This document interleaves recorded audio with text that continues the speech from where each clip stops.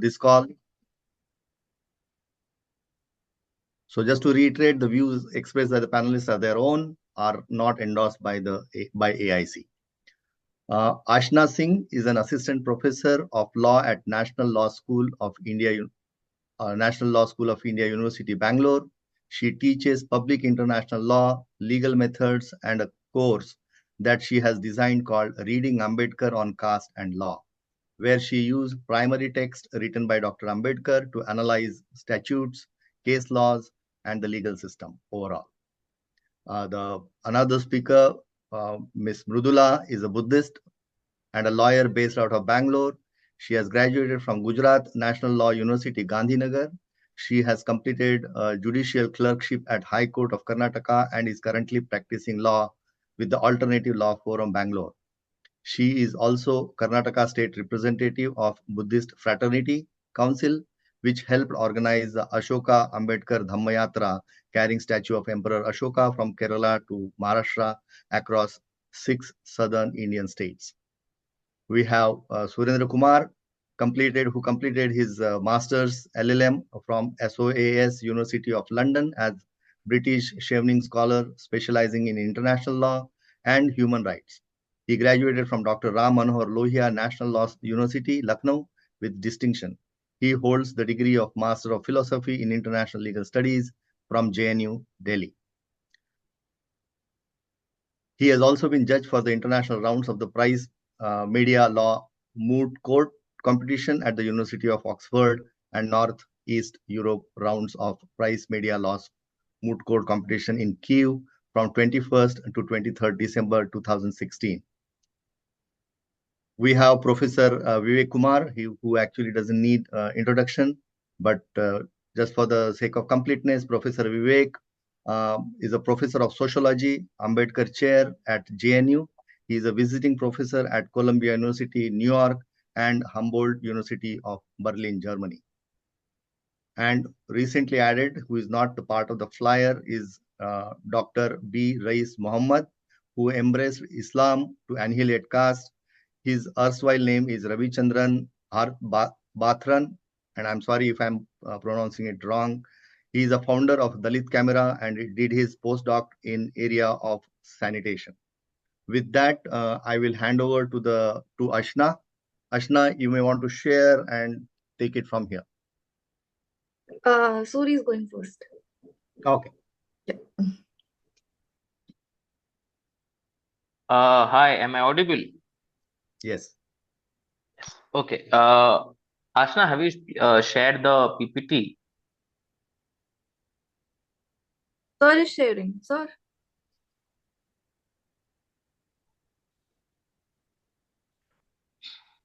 Sir, can you share the PPT? I think you'll have, your Just video will have to. Yeah, we'll just give a second. In the meantime, I'll start with the history of reservations, or rather, how did we reach here? As most of you would know, history of reservation actually starts much before the Constitution came into being. And what happened in Article 15 and 16 is that it recognized that the state will have special provisions to make specifically within the equality code provisions for the scheduled caste, scheduled tribe, and other backward classes. And in 1950, one of the first cases that came before the Supreme Court was this case filed by Tamil Brahmin woman, Chamtamtarai Rajan, arguing that her right to equality is violated in the Article 15, 14, because there was communal geo of Madras government. And the 7-judge bench during that time, I mean, we had only 7, 8 judges. They used to sit together and they ruled that it is violative. The first constitutional amendment came, 15.4 was added, and therein started for the next 20 years a journey called the exception to equality. That reservation was looked as an exception to the right to equality. Right to equality is formally given in Article 14, but substantially given in Article 15, 16, 17. 17, as you know, deals with untouchability, but for purposes of reservation, Justice Ravindra Bhatt also included this in EWS, but we'll come to that later. So for the first 20 years, we had two cases happening by the same judge bench. One is Chamkam Dorai Rajan and the other is B. Venkatarama. Uh, and they both ruled that basically reservation is an exception to the equality. Therein after you had Justice Subba Rao dissenting in T.F. Devidasan. Four judges actually said yes, it is. He said no, it is not. It is something that will lead to substantive equality. Now, substantive equality vis-a-vis formal equality is different. Substantive equality is you look into the circumstances as to why the people are unequal.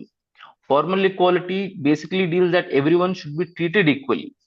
Then we had finally seven-judge bench from which this case can be traced, and that is the case of N.M. Thomas, who's the state of Kerala. It was a seven-judge bench. The question was whether or not does reservation is exception to equality, or is it a facet of equality for substantive equality? And the overwhelmingly 5 out of 7 judges said yes, it is for substantive equality.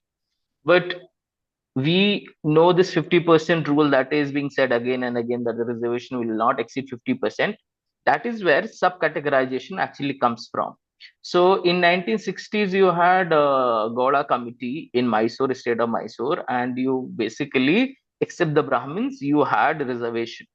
And that was turned down by the Supreme Court, saying that you can't have 68% reservation. You have to have a cap of 50% because exception can't become a equal. Exception can't become a rule.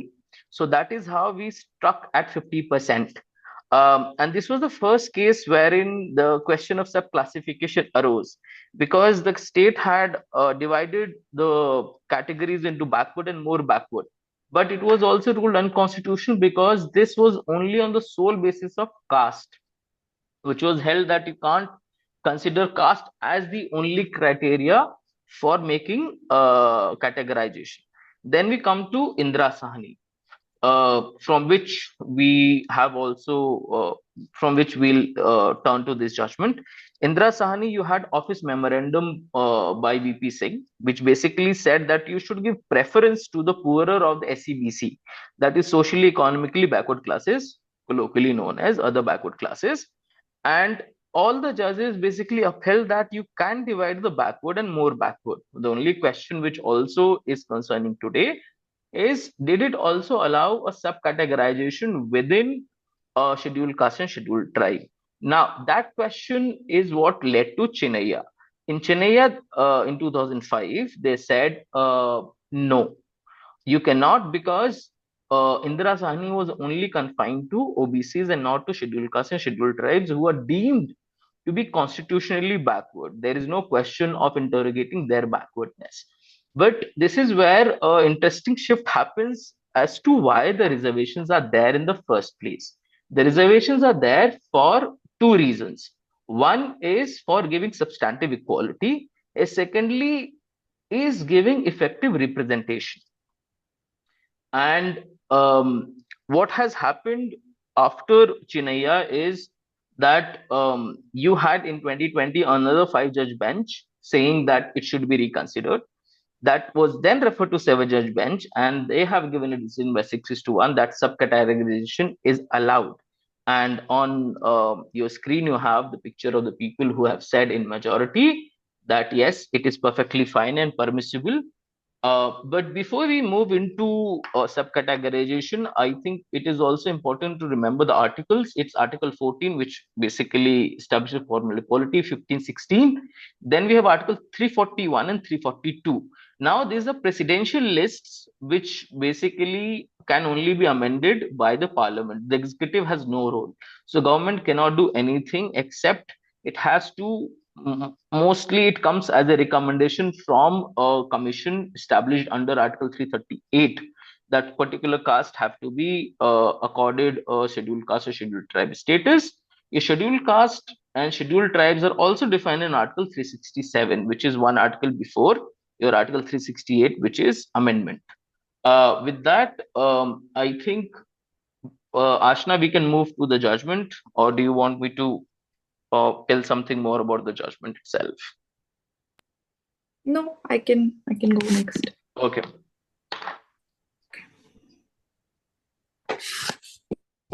Okay, you can all see this board. Hello. Can somebody tell me if this is visible? Yes, we can see. Yeah. Okay, so just to begin with, to make clear some of the things, what the court has basically said is that subcategorization or making laws on subcategorization does not amount to tinkering with the list, as in making laws on subcategorization itself will not amount to tinkering of the list. But if there are instances where tinkering of the list can happen, that may be held to be unconstitutional. I'll come to that. Then if you look at Article 341, it says states cannot include, I mean, it implies that states can't include or exclude. I think the other people who are drawing on the screen, please stop. Okay. Why don't you use it, document, MS Word or like Google Docs or whatever? Okay, otherwise I'll let it be. Okay. We can just work with the slides. Yeah, let us just move ahead with the slides. I think that will also help them. We have culled down in 22 slides the judgment. Yeah, sure. So you want me to move to the next slide or something? Let me know, Ashna. Yeah. Yes, please. Yes.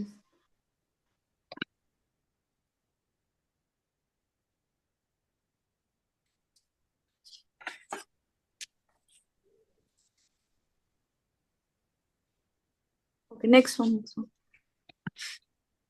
Next.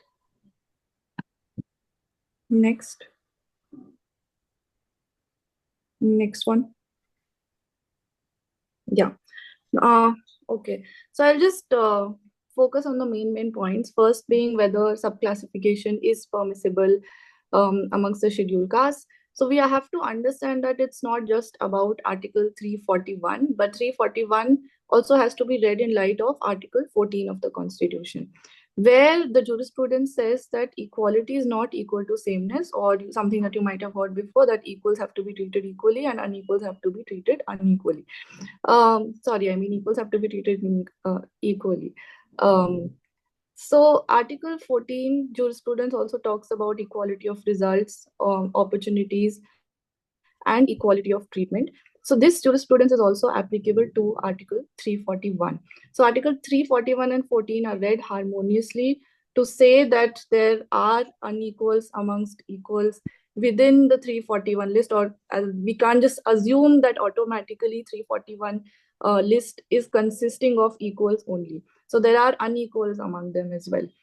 So to give you an example, for example, there's a difference between graduates and postgraduates for the purpose of giving increments, for example, or for the purpose of promotions. So that is the objective of the law. And there is a difference that you have to make between the graduates and the postgraduates, which is called the intelligible differentia.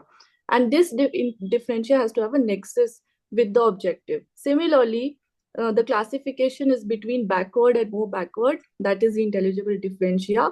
And that has to have a purpose or a nexus or a connection with the purpose of reservation or representation. Second point about homogeneity. So we can go to the next slide. Second purpose about issue about homogeneity is about, think of this in terms of three sections now. One is the advanced class, which is apart from the SC/ST classes. So they are the more advanced classes. Amongst the SC/STs, there's backward and more backward. And now let's just look at the scheduled caste, because that is in question. That there are backward people and there are more backward people within this. Backwardness being the common factor which is determined on the basis of untouchability. Both the backward and the more backward are entitled to reservations. However, the list again can't be seen as homogeneous automatically. So the idea is to see economic and social backwardness, which is the criteria in Article 15, and which Justice Chandrachud said that in Article 16 also this criteria is subsumed, in the sense that Article 16 talks about public employment for any backward class of citizens. Article 15 is about socially and educationally backward class of citizens. However, the court has also said that beyond this, division cannot happen further solely on the basis of economic criteria. The other thing is that the court has relied on one text by Ambedkar, which is in para 137, based on which the court has decided that there is a test of untouchability that exists, but that test also includes other factors related to poverty, illiteracy, lack of education, etc. So whereas the notion of untouchability applies to the whole of Article 341, the whole of list of scheduled castes in Article 341, that being the common denominator, but the fact of untouchability amongst them might be different. And that is something that Ambedkar is also saying, that the test of untouchability does not account for differences in conditions amongst them. So we can go to the next slide. Yeah, okay. We can go to the next one. Yes, I've explained. The other thing about the criteria for subclassification is that court has said, basically Justice Chandrachud has said, that we have to look at social and educational criteria to determine inter-se backwardness. However, predominantly that determination has to be on the basis of social backwardness, which cannot further be based on economic backwardness only. The other thing that he has said is that the test is not numerical inadequacy. Inadequate representation does not mean numerically inadequate representation, but it means effective representation. Effective representation can mean numerical inadequacy also, but not solely that. So effective representation means that you have to give representation to people who are socially and educationally backward, predominantly being socially backward. And this further subclassification or the recognition of backwardness inter se amongst the scheduled castes need not be on the basis of untouchability only. It can be based on other factors such as education, illiteracy, poverty, etc. As I explained just now in terms of test of untouchability. However, untouchability as a test can also not be done away with, is also the implication, because in terms of scheduled caste, social backwardness implies that their categorization is on the basis of untouchability as well, but not only on the basis of that. The next thing is about the scope of subclassification. Now, there are two models that on the basis of which subclassification can be done. One is the preference model. The preference model may have two varieties. One variety is where, suppose there are 100 seats, and you say that first preference to all the 100 seats will be given to certain categories only, and only if those few subcastes are not available to fill up those seats, then the preference will go to somebody else. That will be unconstitutional, because that will amount to tinkering with the list. The second variation is that there are 100 seats and first preference is given to the first 50 seats to certain subcastes. That is constitutional because it does not exclude any subcaste per se. So therefore, the test is, if anybody is excluded, that will amount to a violation of Article 341 and therefore lead to tinkering of the list. Otherwise, it is not. The other model, the second model, is the exclusive model, where you have, suppose, 100 seats and you reserve 50 seats exclusively for caste X, and that is also constitutional. Finally, what the court has said is that this subclassification cannot be done on the basis of political expediencies only, but it has to be done with certain, that intelligible differentia has to be identified, the purpose, there has to be empirical data and judicial review. Yeah, I think that's about it. Yeah. Sir, please move the slides ahead. Oh, yeah, sorry. It's okay. I've explained everything pretty much. Yeah.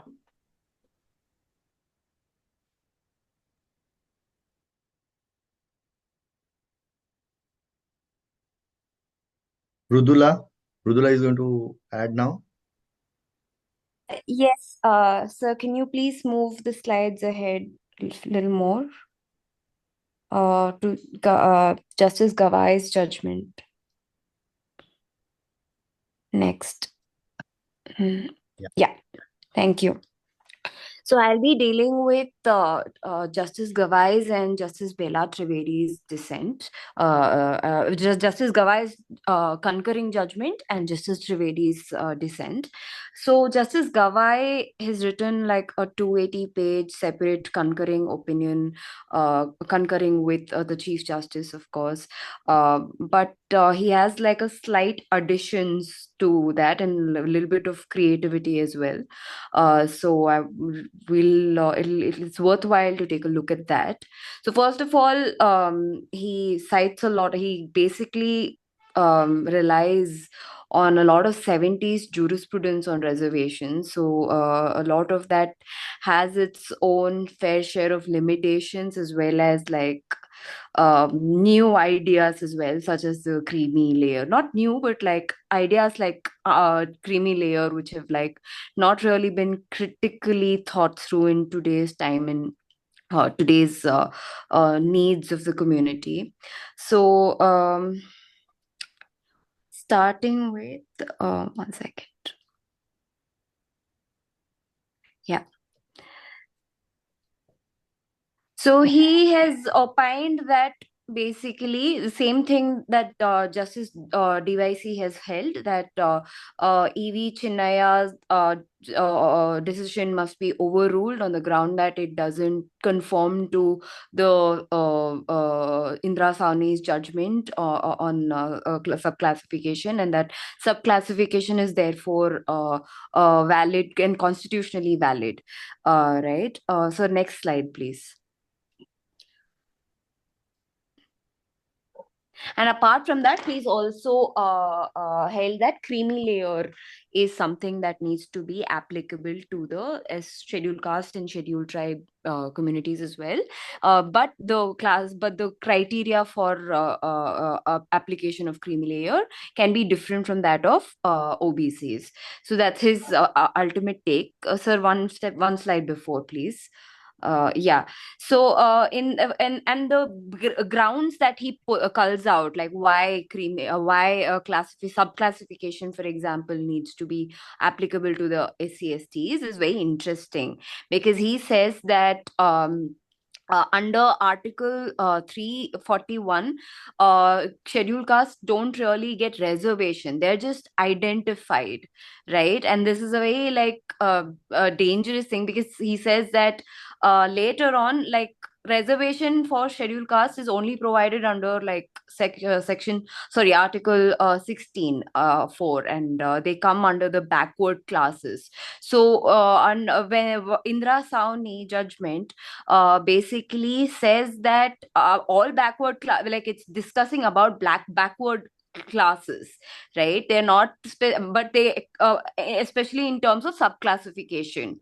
But when it comes to creamy layer, they are in the 9-judge bench, the in Indra Sawhney kind of limits themselves to uh, uh, the OBCs, and specifically says that SCs and STs shall be excluded from the application of creamy layer.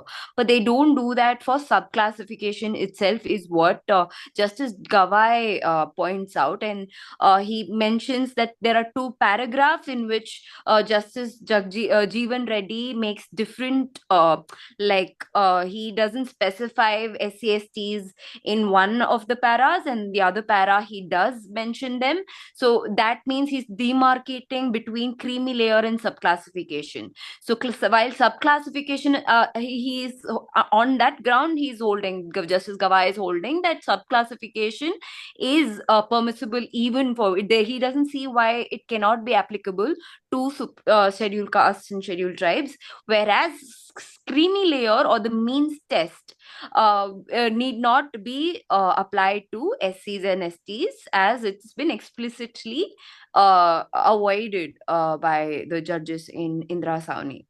Sir, please, next slide.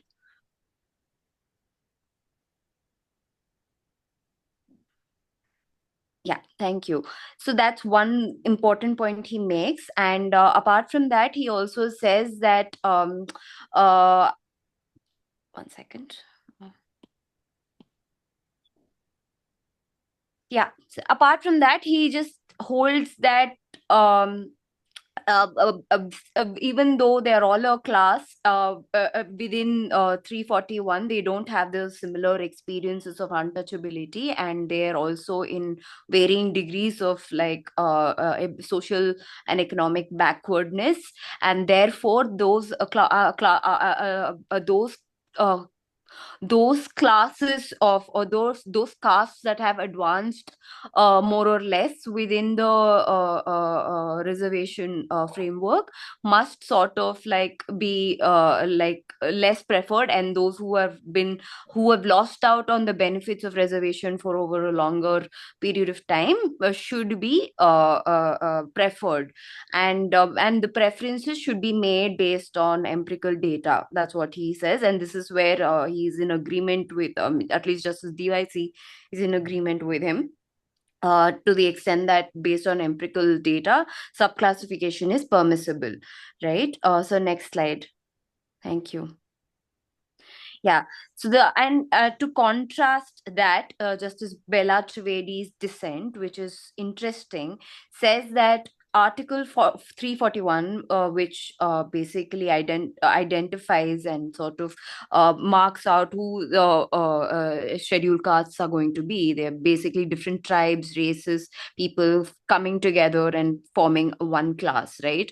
So she here very carefully says that once there it is true that different castes which are not all the same, don't experience untouchability to the same extent, come together, but once they are put in that schedule in a presidential list, they become one.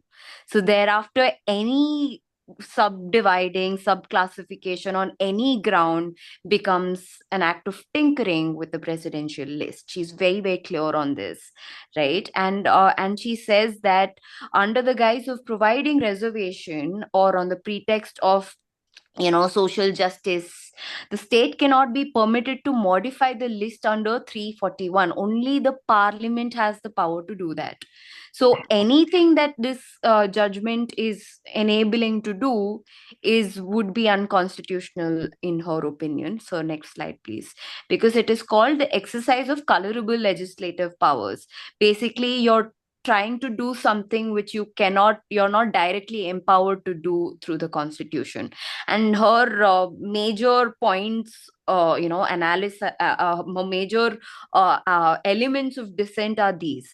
First, as I said, SCs become a homogeneous category once they're placed in the presidential list under Article 31, regardless of their status prior to being added into the list.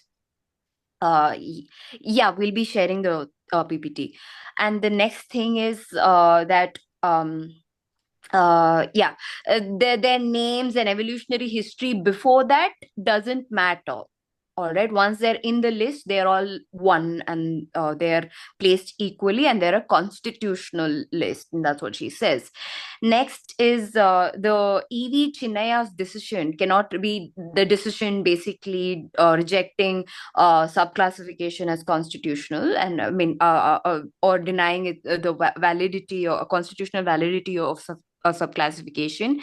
It can't be rejected on the ground that it is not in consonance with Indra Sawhney or Jawaharlal Singh, because those two judgments were very different, those two judgments were made on very different references, or the questions or issues before them were not concerning scheduled castes and scheduled tribes subclassification at all. So it was not directly at issue. So they were just random observation made. So how can you hold a judgment which is not following the obiter dicta or the random observation, which are not binding ratio on them? If they deviate from that, how can you hold that as unconstitutional? So that's what that's another very significant point and powerful point she makes.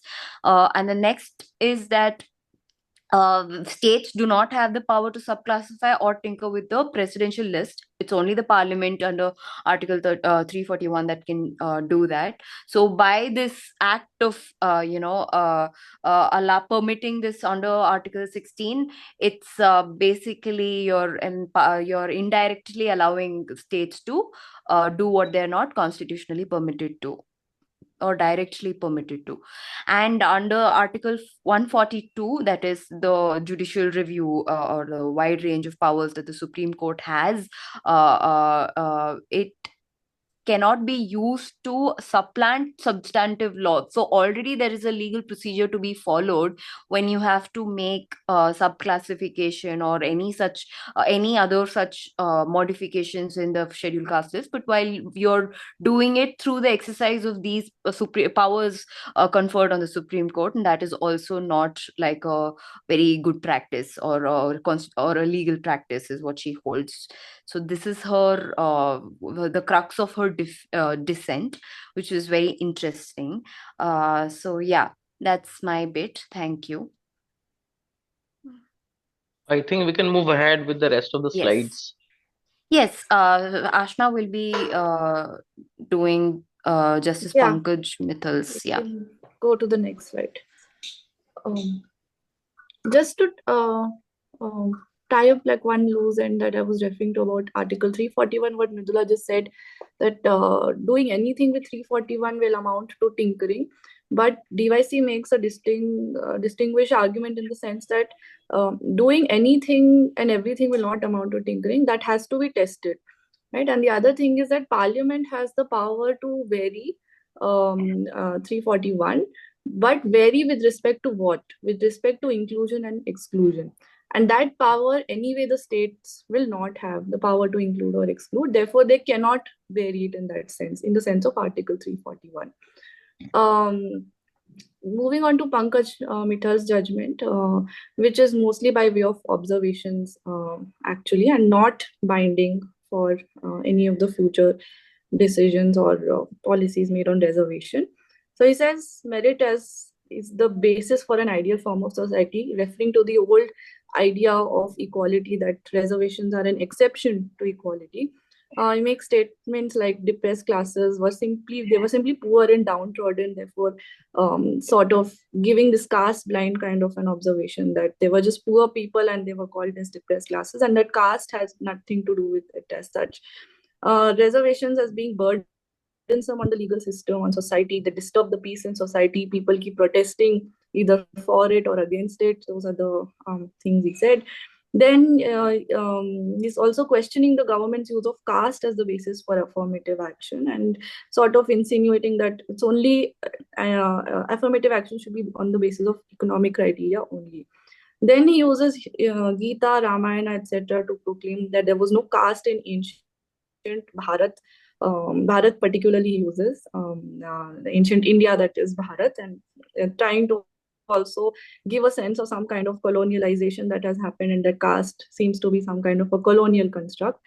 Then he says that children of Brahmin, Kshatriyas, Dalits, etc., they adopted their identity, their parents' identity, and they started calling themselves as Brahmin, Kshatriya, and Dalits, and that's how caste system came into being, and that it's not an ascribed identity, but it's an adopted identity.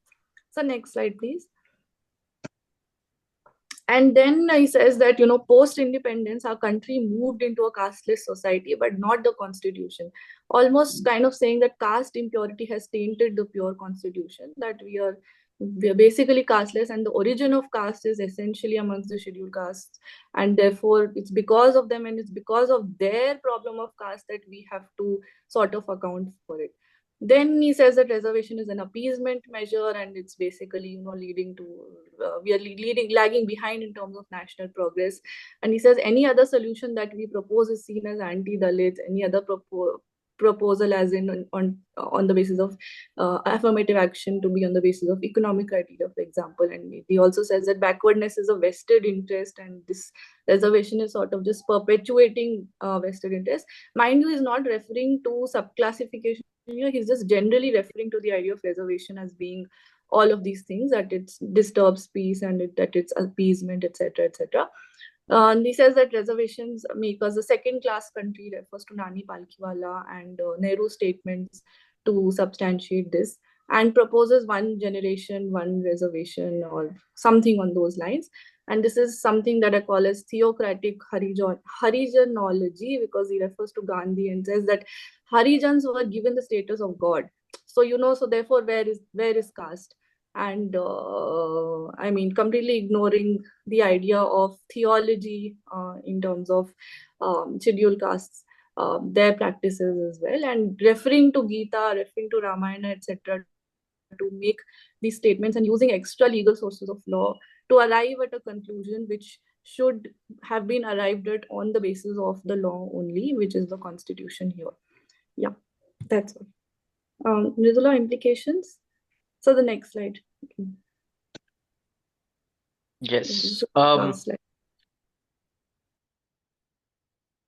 I'll do a few and Surendra will follow that.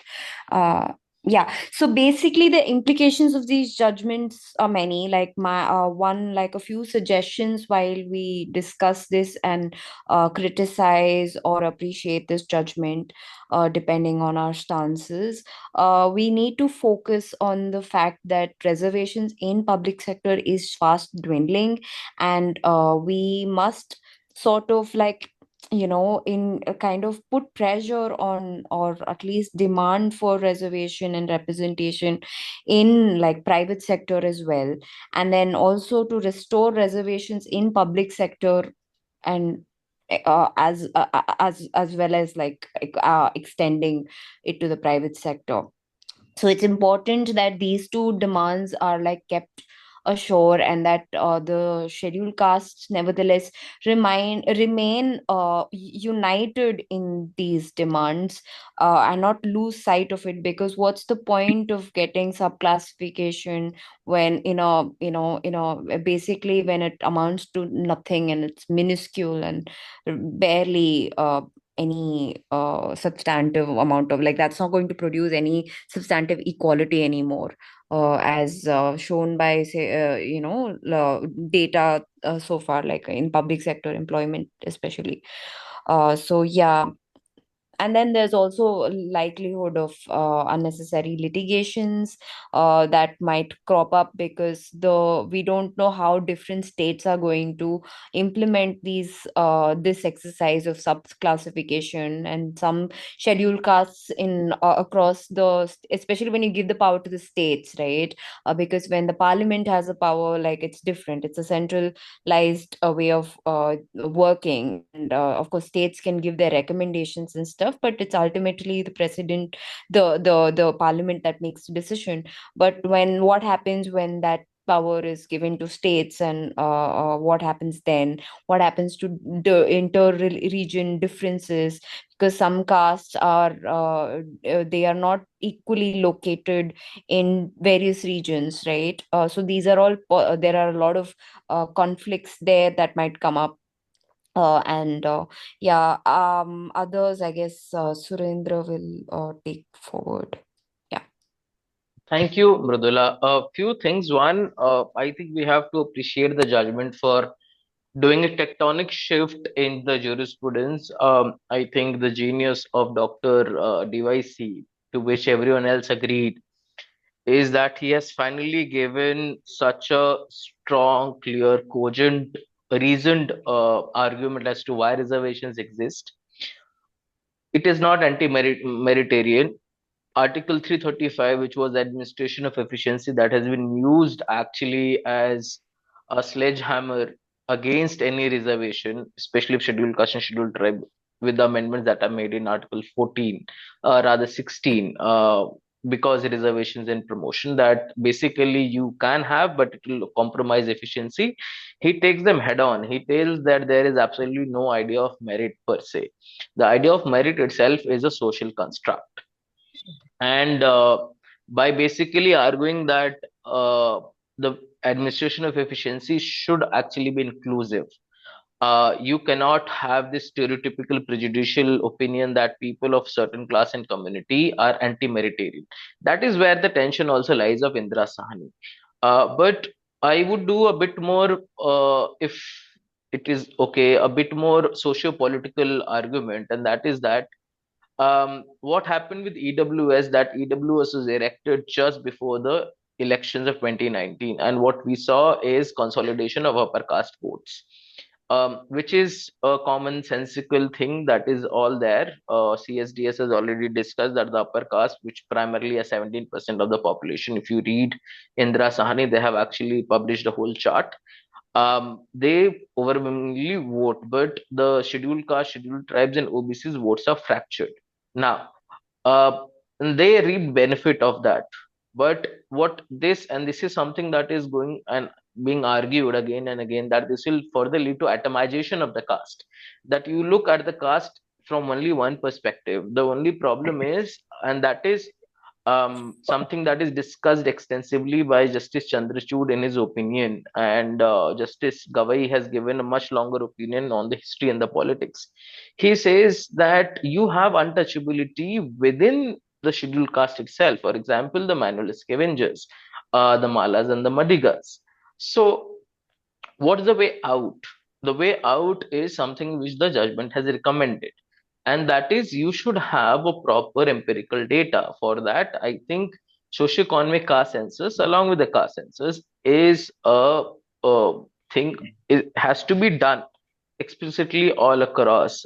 Secondly, this argument that whether or not the states can be trusted, now that was also brought up, um, especially during the Maratha case, Maratha judgment reservation, Lakshmi Rao Patil, that the government, the central government wanted to take this power of actually having the OBC list.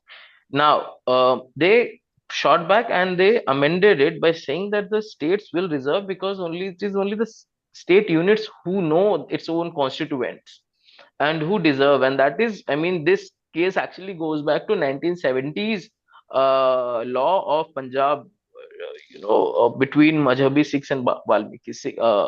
Valmiki's Majhabi, Valmiki's in Punjab, and then you have Malas and Madigas in Andhra, which led to E.V. Chinnaiya, and that this case is in appeal, and finally they have settled it. So, one good thing is that this creamy layer is a judicial fiction which was brought in. I mean, this is also a legacy of N.M. Thomas, wherein Justice Krishna Iyer gave that as a sociological caution. And Justice Krishna Radha Chinnappa Reddy absolutely destroyed that argument of creamy layer, saying that it is the creamy layer of any caste community which basically will reap or rather will have higher chance of succeeding, be it any examination, be it education, or be it employment.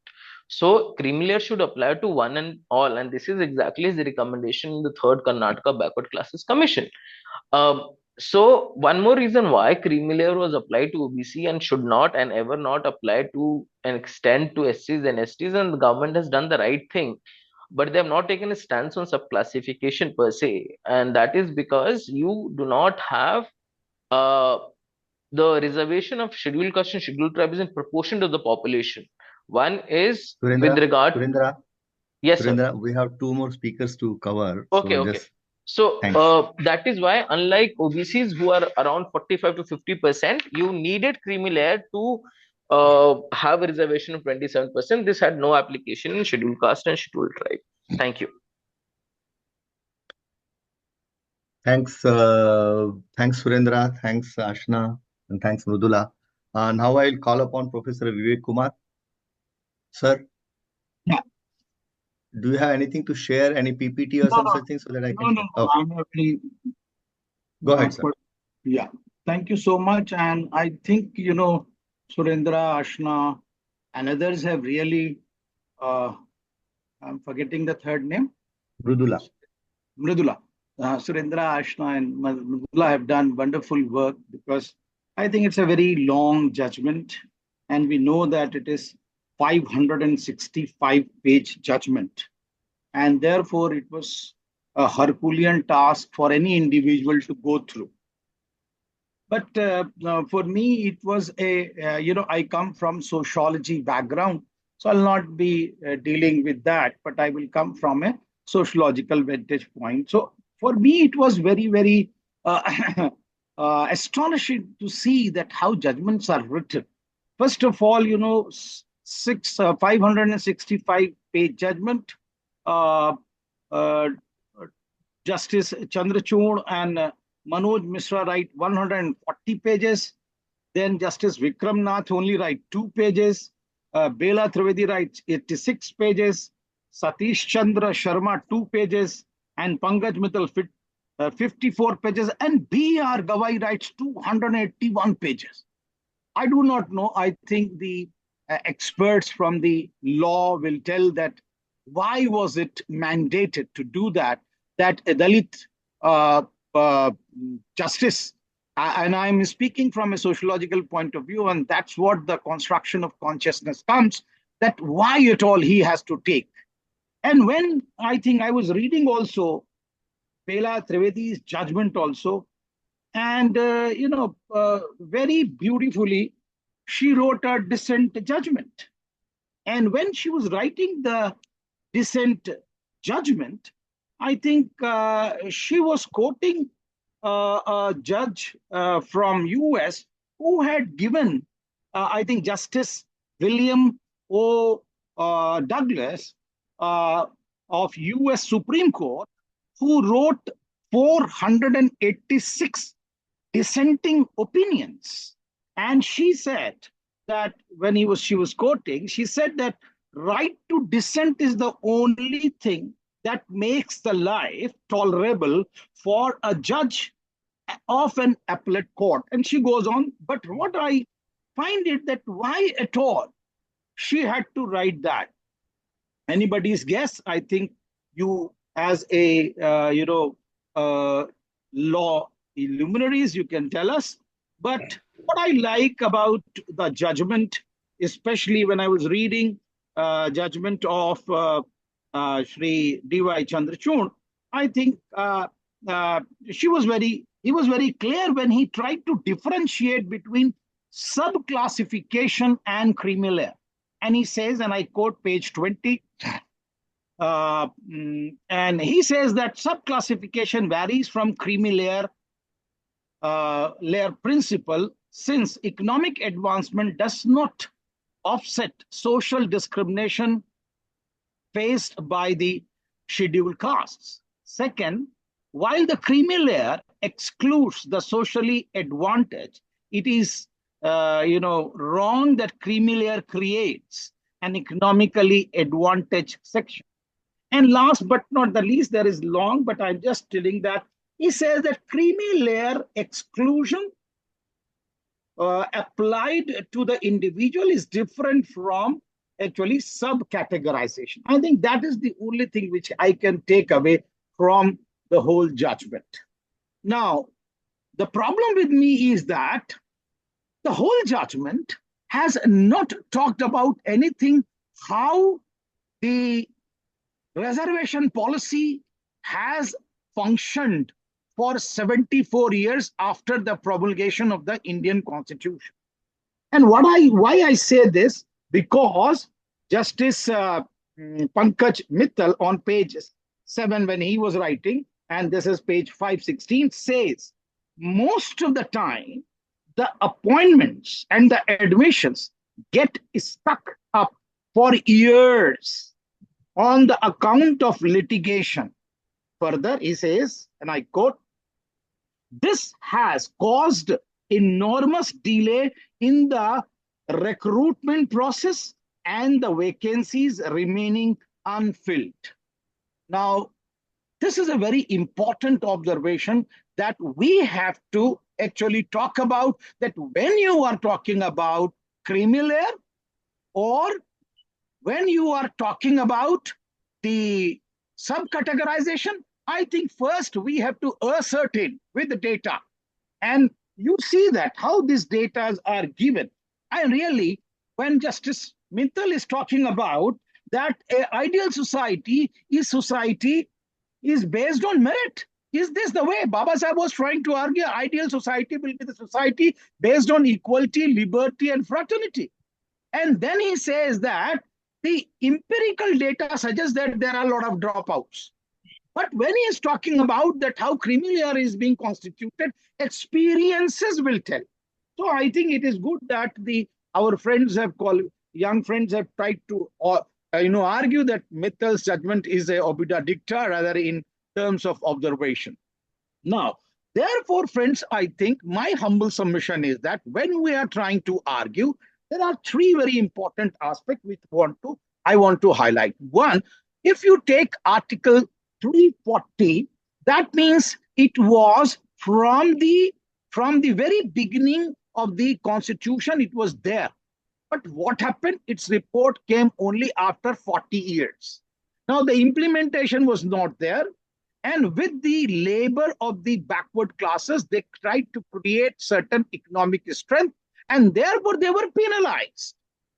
With Harit Kranti and others, they were penalized that, look, you have attained creamy layer. So the first time, this actually mischief, I will say, was dropped in by the court itself, and nobody has questioned that how can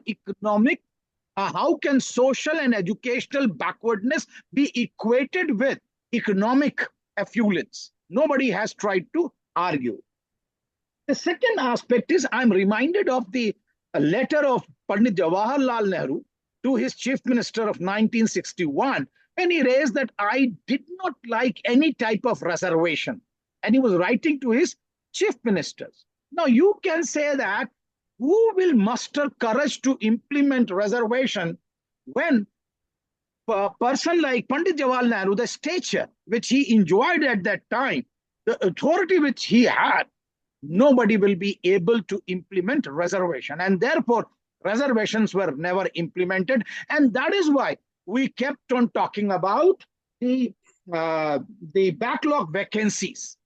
Nobody has given any data of the backlog vacancies. Now, therefore, there was an epithet which was very, very clear in the vogue and vocabulary of the individuals, candidates not available.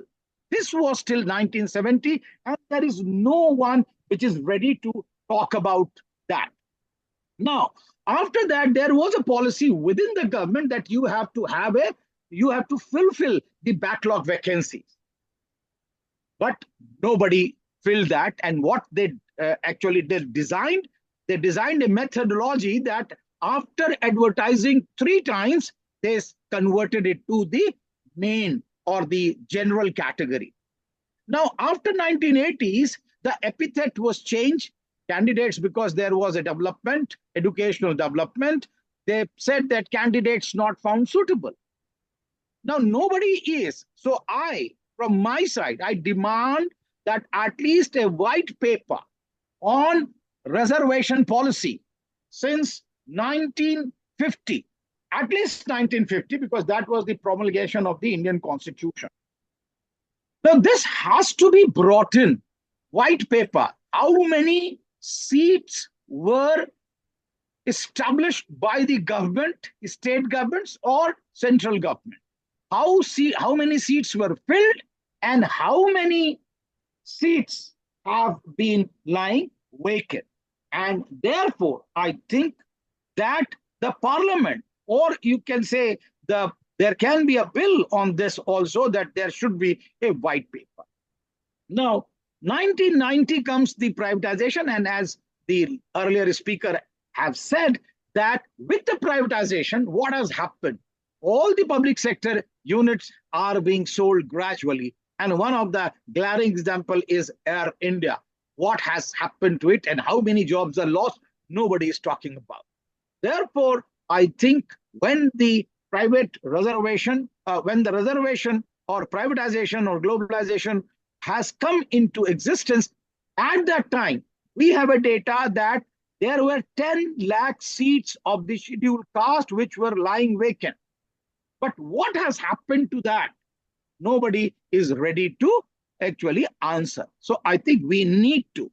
Last but not the least, actually, the point which I'm trying to make, they are talking about sub-categorization. Now, what is the premise? I was reading the judgment. I think most of the judgments say that the premise, I may be wrong, I think the learned law people will help me out, that the people are saying, and even Chandrachud, Justice Chandrachud has argued with Manoj Mishra that the people of the scheduled caste themselves, they have taken up the lion's share.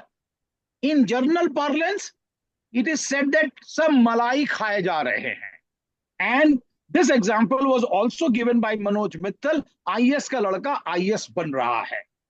Now, my problem is this, that by this type of argument, you are labeling Dalits as villain. The mobile castes among the Dalits, you are making them as villain.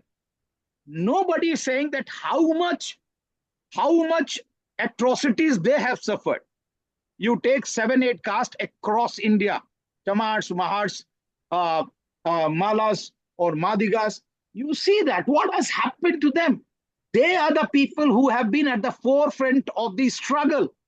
They have been bearing the atrocity. When they bear atrocity, when they bear exclusion, torture, you are not ready. But they have taken a job. You are saying that they have taken a job more, and therefore they should be excluded. My answer will be that first you have to make indices.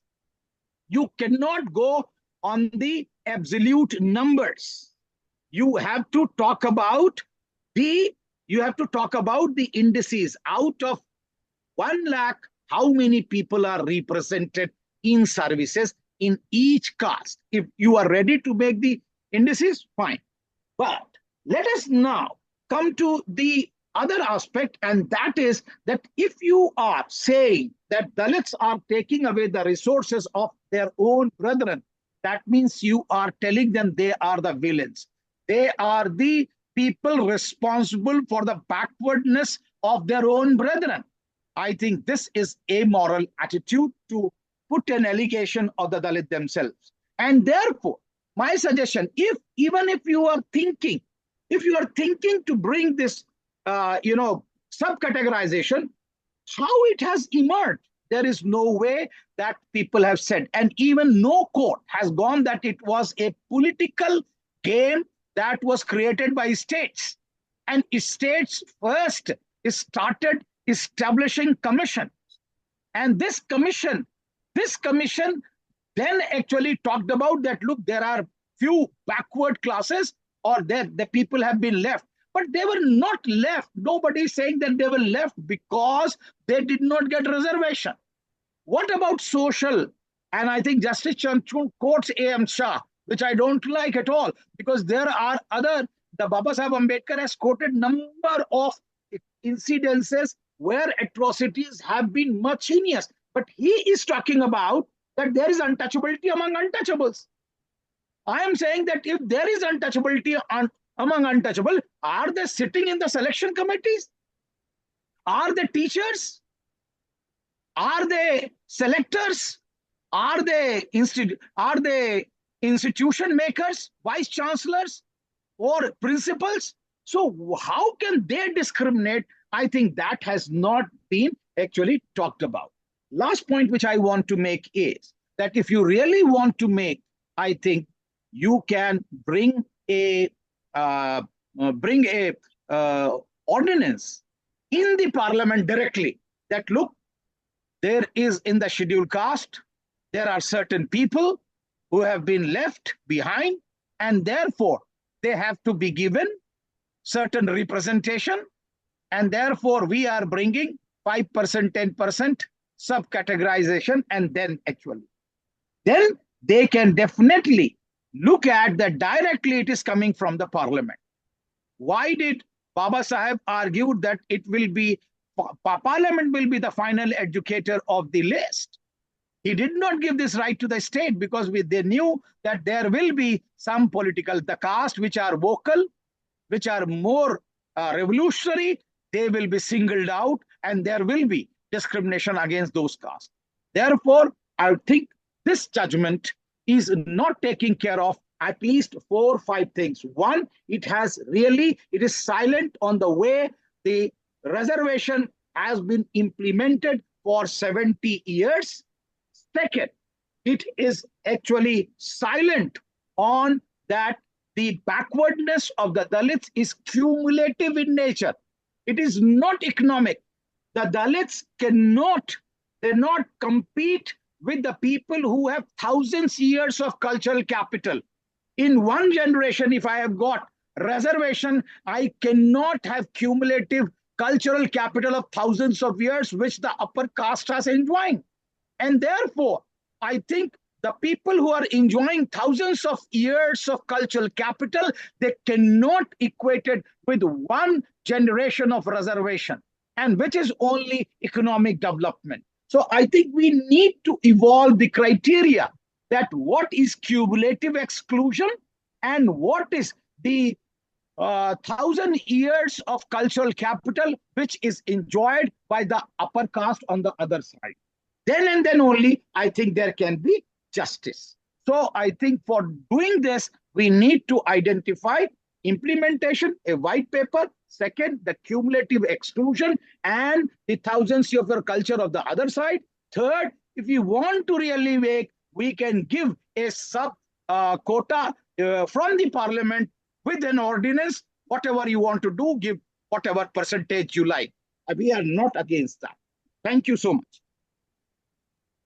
Thank you very much, sir. Those are very important salient points that you covered. I will now invite Dr. Mohammed.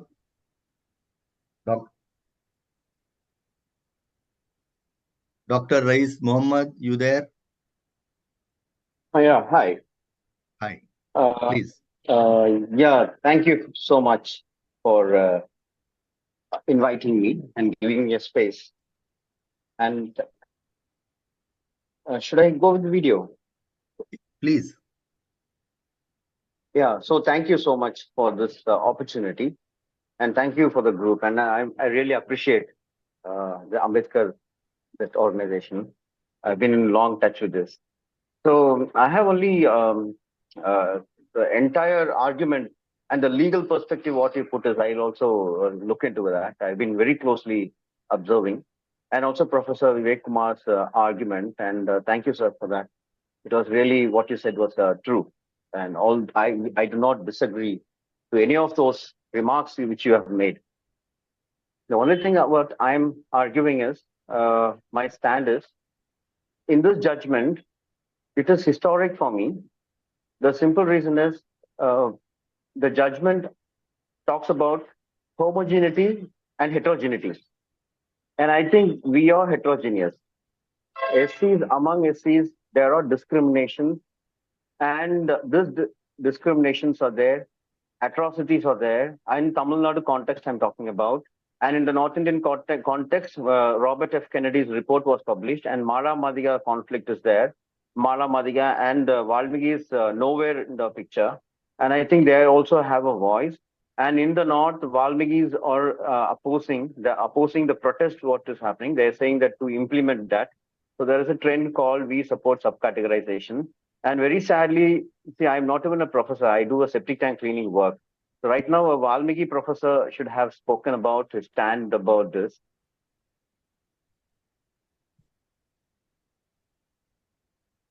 We lost the audio, I think.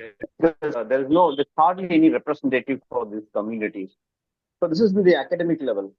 And so heterogeneity and homogeneity. Why do I say that they are heterogeneous? See, actually, just before the judgment, the incident which was quoted in the Supreme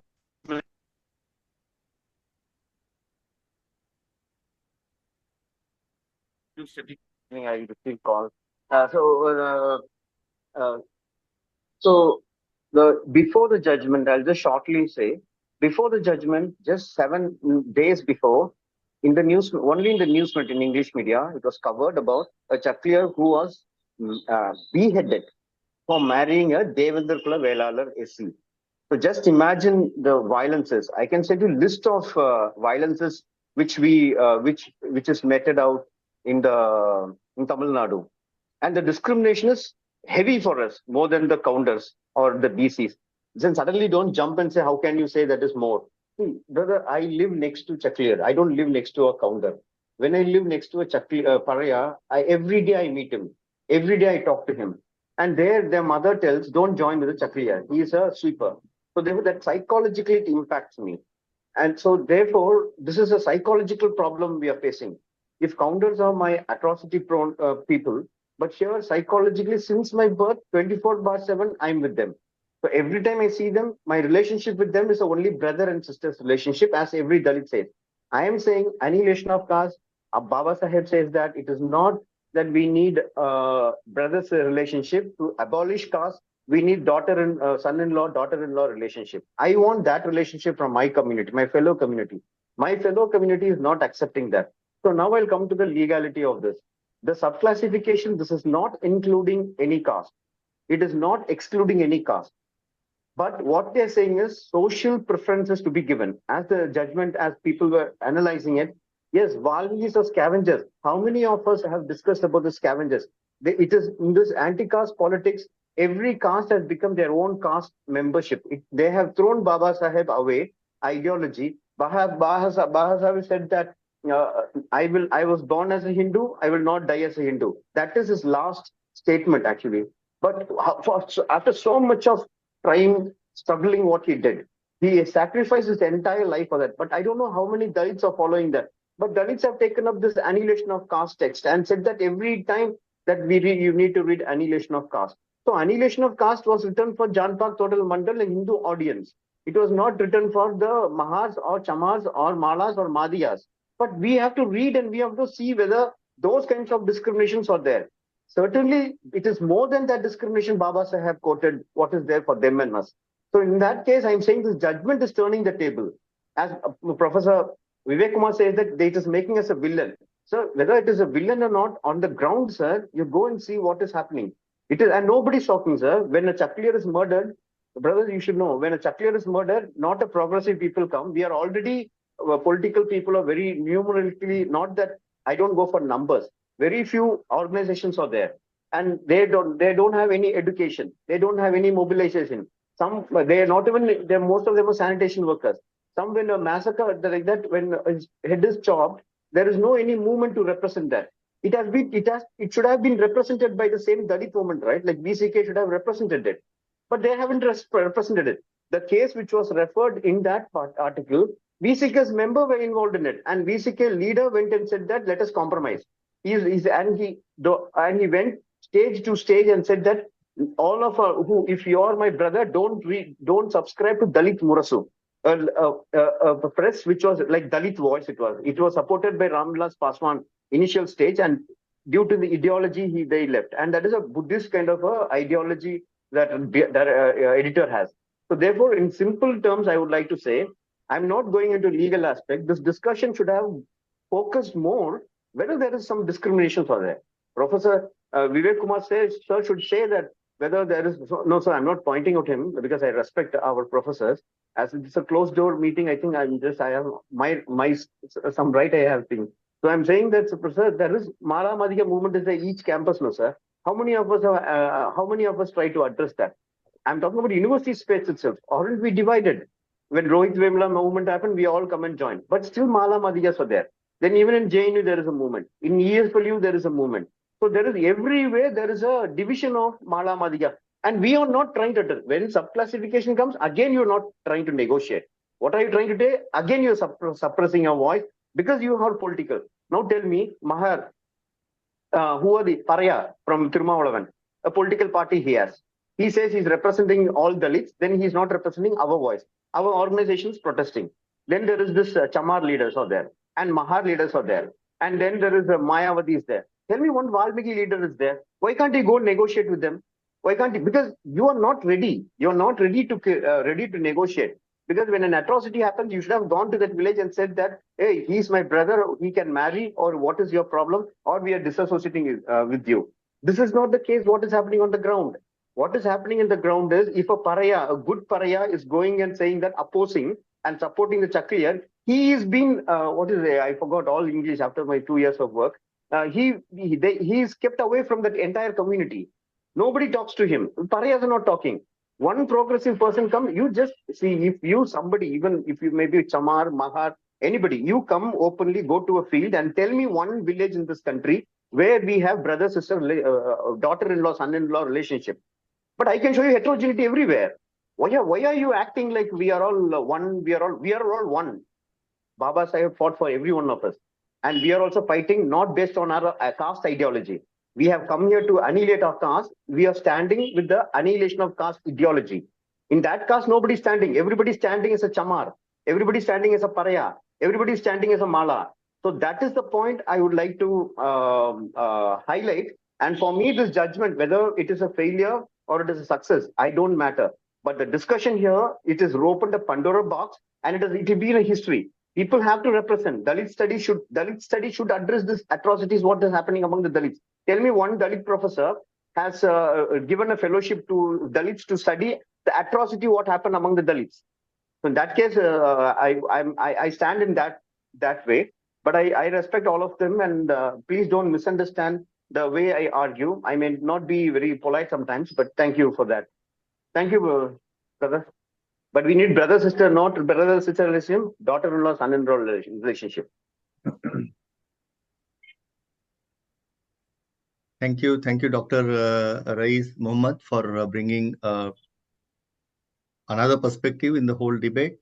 Thank you, everyone, for bringing their perspectives. It is only in the recent history that we are not hearing that suitable candidate not found, and the quota is getting filled. Now, while we are at that, the moment we are kind of reached that state, all of a sudden we have this Supreme Court from the backdoor entry talking about criminal layer.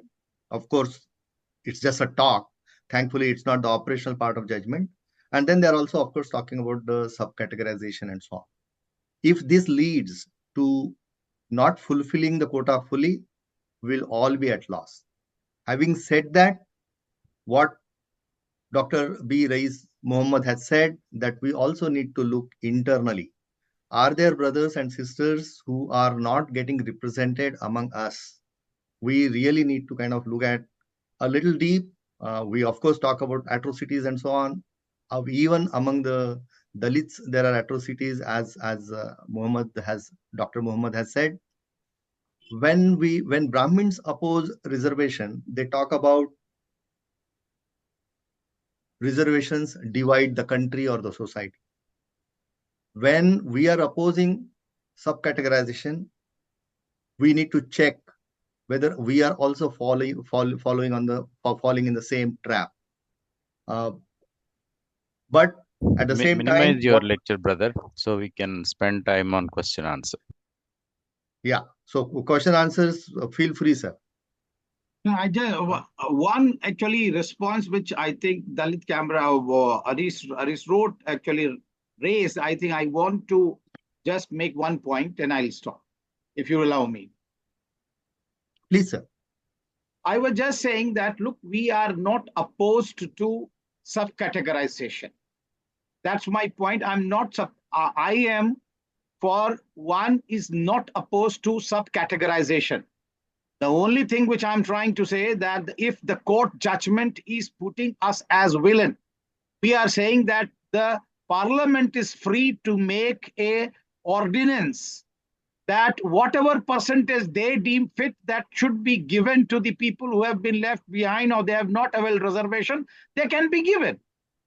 But actually, court cannot decide like this, that because of certain people are eating up the resources and therefore there is sub-categorization. So there's a difference between you are declaring us amoral, you are declaring the mobile scheduled caste as say baiman hai, malai khaye ja rahe hain, and so on and so forth. So I think it is very important that we should wait and we should look at that first. Let us actually talk about from the parliament itself. That's my humble submission. Okay, open for question and answers. Any questions? Please keep your questions brief so that the people are able to answer in detail.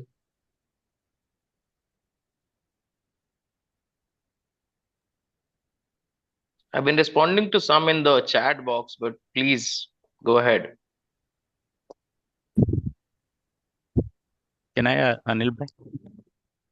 Please, sir. Thank you.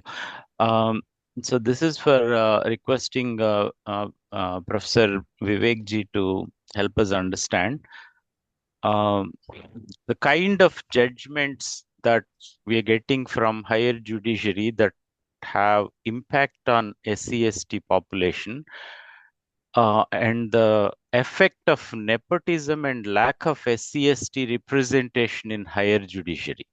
Professor Sab.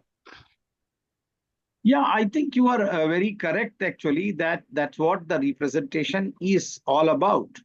And when you are there, I think that has a lot of impact on the decision making.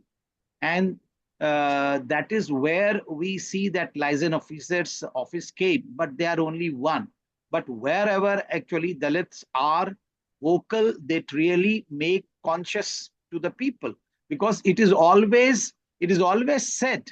I think many people have argued that when a Dalit comes, he brings the consciousness, or he brings the capital, cultural capital along with him, which makes other conscious. For example, if actually there would have been more sociologists in the judgment, I think they would have given very different way altogether. And this actually uh, concurrence concurrence with the judgment is only showing that people are not talking about the discrimination which has taken place throughout. For example, National Crime Record Bureau data, why they have not quoted that discrimination is going on. That discrimination is very difficult. 125 cases per day. 6 Dalit women are raped per day. And how many vice chancellors are there? How many principals are there? How many actually, vertical and horizontal judges are there? How many bureaucrats are there? So I think these things have to be taken into consideration, and really they have an impact. They have negative impact on the implementation of policies anywhere you see. Related Yes. question, sir, very quick one. Should our SC/ST groups be fighting for proper implementation of strict reservation in higher judiciary? I Since think that has like a huge impact, right? there has not been a demand, I think, any from any quarters, and even Baba Sahib did not also ask for actually a representation in the judiciary. It was only president at that time, KR, actually, KR Narayanan, who talked about that representation has to be taken care of. So I think it is very important that we need to have some representation, at least at the lower bureaucracy and at the highest level. Without that, I don't think that.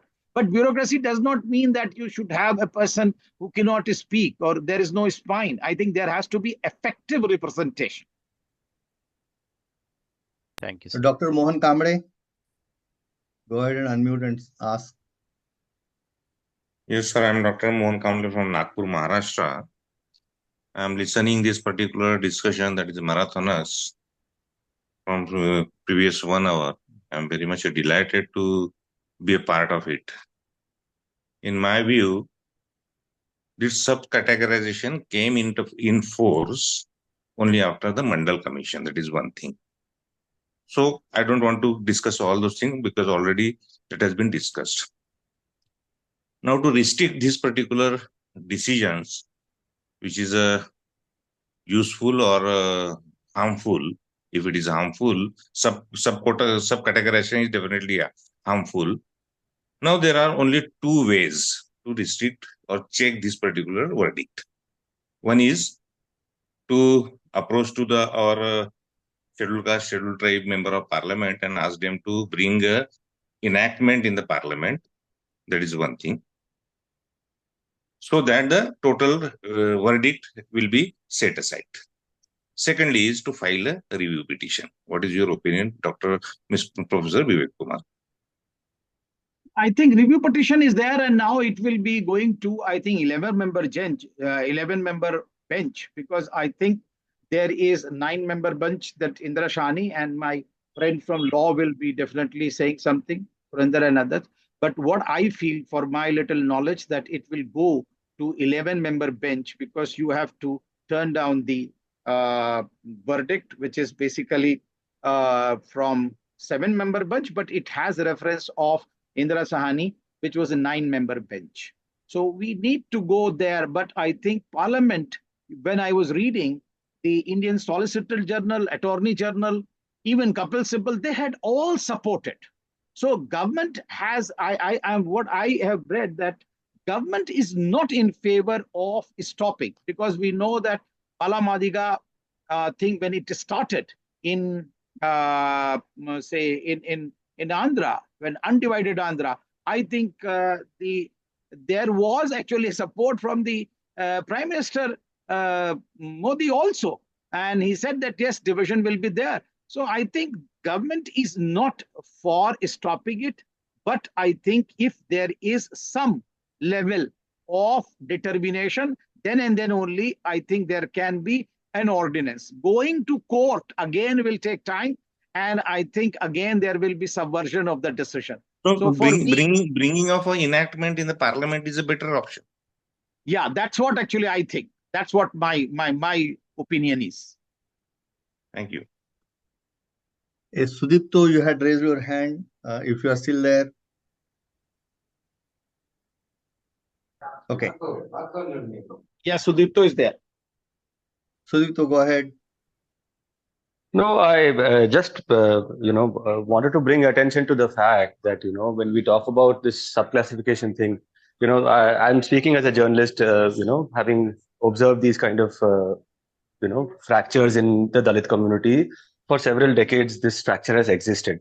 Now, the one question, I mean, if you're going to get into the sociology at all, the first sociological question, I suppose, would be like Dr. Muhammad was talking about. I mean, is there a historical anthropological difference between the various SC communities? If untouchability is being faced, when we know that there are different forms of untouchability, is there a difference between picking up a dead carcass and picking up human excreta?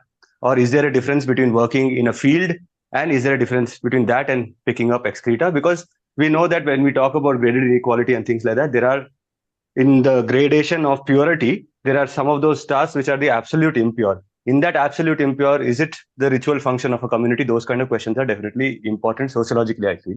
And I don't know why this question doesn't get raised often enough when we talk about relative advantage.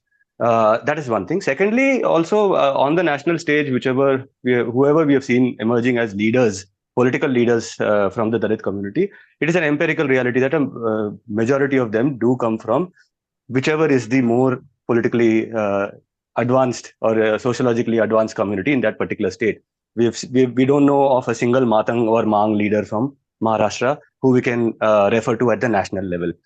Similarly, we don't know of a single non-pariah intellectual, filmmaker, scholar, politician from Tamil Nadu. In Telangana, for example, where the Madiga population is higher, it is said that the Mala population is still influential enough to have a deputy chief minister. So, questions come about what is the numerical strength of these communities and things like that. In a place where Madigas are numerically stronger also, it is said that Malas have enough influence to still have a deputy chief minister. These are the facts of how the politics play out. And the sad tragedy of all of this is that, like, again, Dr. Muhammad pointed out, that now that this has opened up a Pandora's box, everybody is responding to it. But what has been the engagement of various leaders who have emerged from these communities on this issue? Have they really engaged with Arundhatiyas, Madigas, or the Valmikis in different parts of the country? If I can add to what Sudipto is saying. Please. Yes, I think very valid points have been made by Sudipto as well as Mohammad Rais. So just as a lawyer, as an academic lawyer, to tell this, that reviews don't work with Supreme Court unless there is a patent grave error. And none of the Supreme Court judgments have been reviewed in the past. One. Secondly, they are not referred to 9 or 11 judge bench cavalierly or easily, because there is a very specific number. For example, because this was referred to 7 judge bench because the two judgments one of A.V. Chennaiya, one of Devinder Singh of 2020, which said that it has to be referred. So unless there is a judicial opinion referring to bigger judge bench, it doesn't go. Thirdly, what we are not discussing is, and I think that is something that is required, is one, the article of Professors Amit Thorat and Omkar Joshi, the continuing practice of untouchability. There is absolutely no qualms about the fact that there is untouchability, there is discrimination. What the judges and the judgments are saying is that this experience of untouchability and discrimination is different. For example, and this is something that they cite, is manual scavenger, which Sundar mentioned, is at the bottom lowest rung, and you do not have education employment for them despite 2013 act. Has manual scavenging disappeared? Answer is no, despite there been so many acts against that. So I think the judgment asks us to have very hard introspection with the way we deal not only with this question but also, because uh, and people have a lot of hope from the parliament. I am saying this hope is totally misplaced. Why? Because it was this parliament, I mean, it was Narendra Modi government one, which basically passed a law of EWS, which excluded 82% of the population, SC, ST, OBC, from economically weaker section. Theoretically, constitutionally, it was not a good case, but NCRB data was actually cited by Justice Ravindra Bhatt to say that this was a cynical fraud on the constitution. So, is subclassification to be done by the parliament? Answer is no, it has to be done by the states. And that is what exactly has led to the situation. So it is again depending on the states, but will this judgment be overturned? Does it take away the fact that you cannot subcategorize? Can we go back and say, well, they are one homogeneous class? Answer is no, because constitutionally speaking, it is established all across that you do not have the caste in scheduled caste does not mean that it is one specific caste which is all homogeneous. They are just caste in a schedule. So you can, for substantive equality, can subclassify them further. That was it. I think you are mistaken that caste do not exist individually. Baba Sahib in his first article has argued that caste exists as a system. We are talking caste as a system. We are not talking caste as individually existing. And if you count that, then actually there is no need for discussion, because then the system does not exist. So I think the judges and the advocates have to learn that caste do not exist individually. And the system has been discriminating, and this discrimination is not made by Dalit themselves. Discrimination is made by the upper castes, and the fight is between upper caste and us, not within actually. Where is that? The system has been made by Dalit themselves. So if there are other things which have not taken place, people are not talking, and we are falling the prey in the same framework, which actually is talking about subcategorization. So we are not talking about that why this backwardness exists even after 70 years of promulgation of the constitution. Sir, to again point out, if I may, I agree to the fact. I am just legally saying the list of the scheduled caste on which is recognized is given state-wise.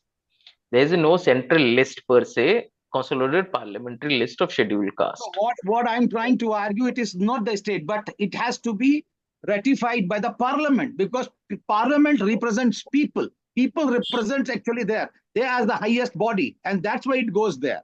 That's what my humble submission is. Sir. And it was basically between Baba Sahib and Gandhi that actually started actually looking at that there will be reservations. Otherwise, there would not. There would have been separate electorate. Okay. Dr. DR Sakya, please go ahead and unmute. Anilji, I'm not going to answer because it is becoming between us and me, because actually I'm as a speaker. So if somebody has actually specific on my thing, I can ready speak. Actually, otherwise, I think you all have to take the answers. No, it is a divisive topic. It is a sensitive topic. So let's continue with some 5-10 minutes, sir. Okay. People need to hear your version as well, of course. Sakya. Yeah, I have very lame question. One is that the verdict is given by Supreme Court based on the ratio 6:1, judgment 6:1. And as Dr. Vivek Kumar sir pointed out that few judges have given the judgment 300 pages. Somebody has given the judgment 2 pages. Okay, like this, so and so. Now, 6:1 weightage. What is the weightage given to the judgment given by the different judges of 7 bench? Is it considered?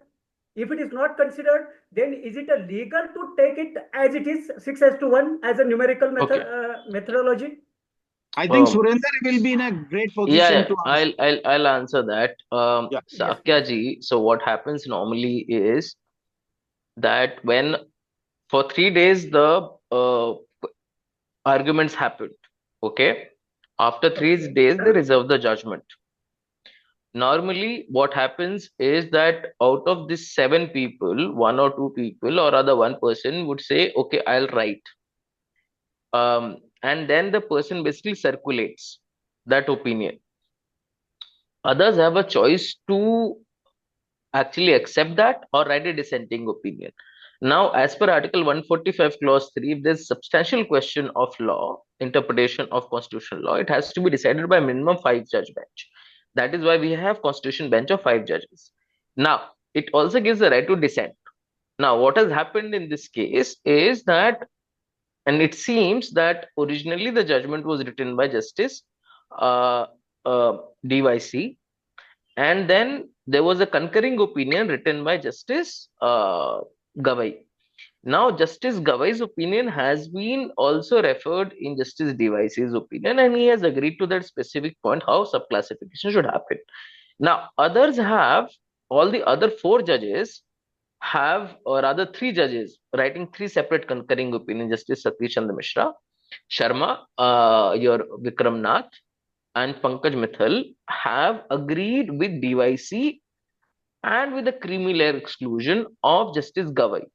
So, do all this, so how do you look at the weightage then? Is that 4 out of 7 people have said creamy layer application, which has been done away by the government. Then you have the question of subclassification. On that, there's unanimity among 6 people out of 7 that subclassification should happen. It is not with the fact that people have written 2-page opinion. Why? Because it is a question of division of issues. On one issue, I can agree with one judge. On the other issue, I can agree with the other judge. Right? And this is not the first time that this is happening. And this is very dangerous judicially, because this is what happened with Justice Deepak Gupta's opinion. He don't even write 2 pages. He wrote half page saying that on this question I agree with Justice Ashok Bhushan. On this question I agree with Justice Ravindra Bhatt. Yeah. So basically, it's the numbers. Just to kind of take more questions, Surendra. It doesn't go by the number of pages, etc. No. Everyone has equal weightage. Everybody has equal weightage, including the Chief Justice has only one vote. Which is very strange, just to point out, which is very strange, because normally... Surendra sir, I would like to interrupt. I understood what you are trying to tell. Yeah, but I am surprised that the judicial system has such kind of this voting, right? What I understand is that it should be like a mathematics. Okay, 1 + 1 always is 2, whether it is voted by 1,000 people, million people, or whatever it is. Right. So if it is going through the law, constitution, it should be coming from all the judges on the same ground. How come different judges have a different opinion? And then there is a voting. That's what I am not able to understand. So there is no voting per se. Hey, Surendra, can we move on, please? Sure. Sandeep, you have a question? Yeah. Thank you, Anil bhai, for giving me opportunity. I just wanted to call out that, we had, our population increased, SC/ST population increased in 2011, right? As per that census, it's 16.6% of SCs and 8.6%. So the current reservation percentage as is at least, I think, overall 3% less, I am guessing around that. And, my question is to get the panel members' opinion as, as some say, One option is to go with full caste-based census, like done in 1931, and declare 100% reservation as per the principle of जिसकी जितनी संख्या भारी वो उतने का अधिकारी, so that everybody gets it. Because in today, as many of the panel members also mentioned that in the main positions, decision making positions, the 3% Brahmins control more than 40-50% of all the decision making bodies, whether it is VCs or any other selection panels. So this is just to do infighting. And I totally agree. Even if you have to give, not that I'm against, like if you have to give 5-6% more to our weaker sections brothers, it need not come from the thing, because the 10% EWS was declared outside of the whatever existing. So even if we have to declare 5%, we can together as a united ask for 5% extra than what is already existing. So I wanted to just get panel members' opinion on this. Hey, Ashna or Mrudula, you want to respond, please?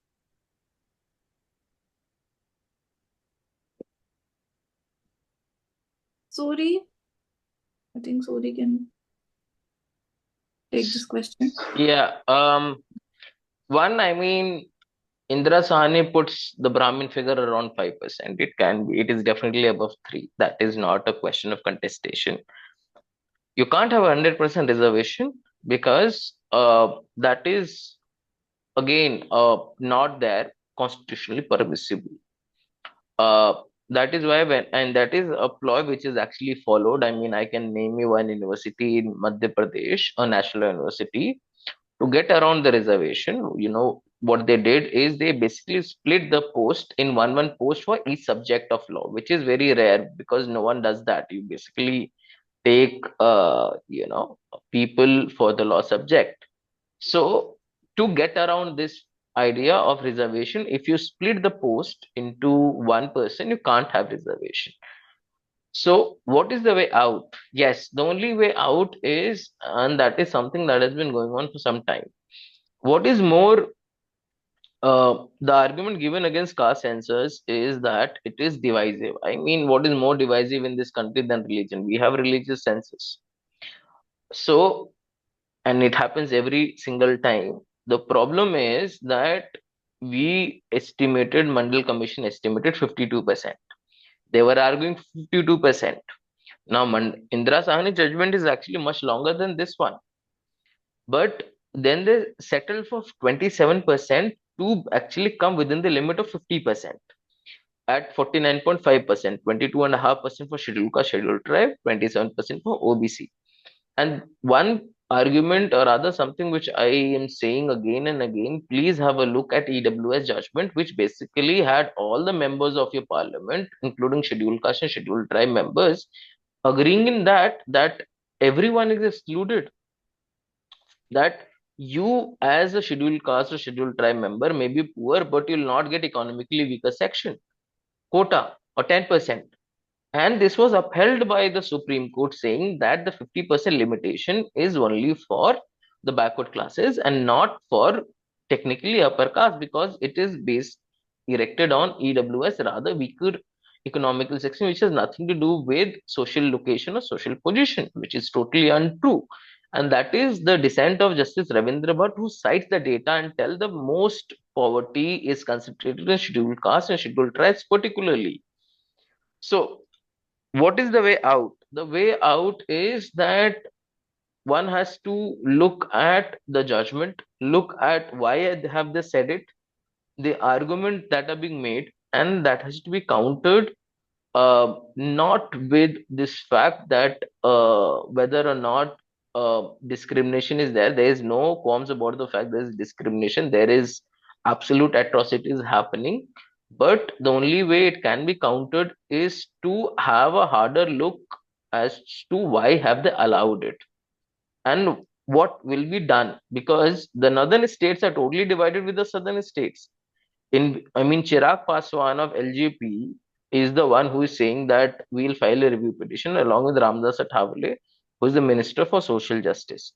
Now, both of these ministers, um, Ramdas Athavale actually said in the parliament there is no death due to manual scavenging. There has to be no payment. absolute denial of manual scavenging and death. So this point that putting a united we stand, divided we fall kind of a stance does not work, especially because um, and this is something which is noted in the judgments all across, and something which Muhammad Rais was also mentioning with his life experience, that the experience, this Sanskritization of untouchability, to use M.N. Srinivas term, is there percolated, and this is because the upper caste have discriminated, so as the lower caste has been discriminating against the other different lower caste. So caste is both vertical and horizontal. Thank you.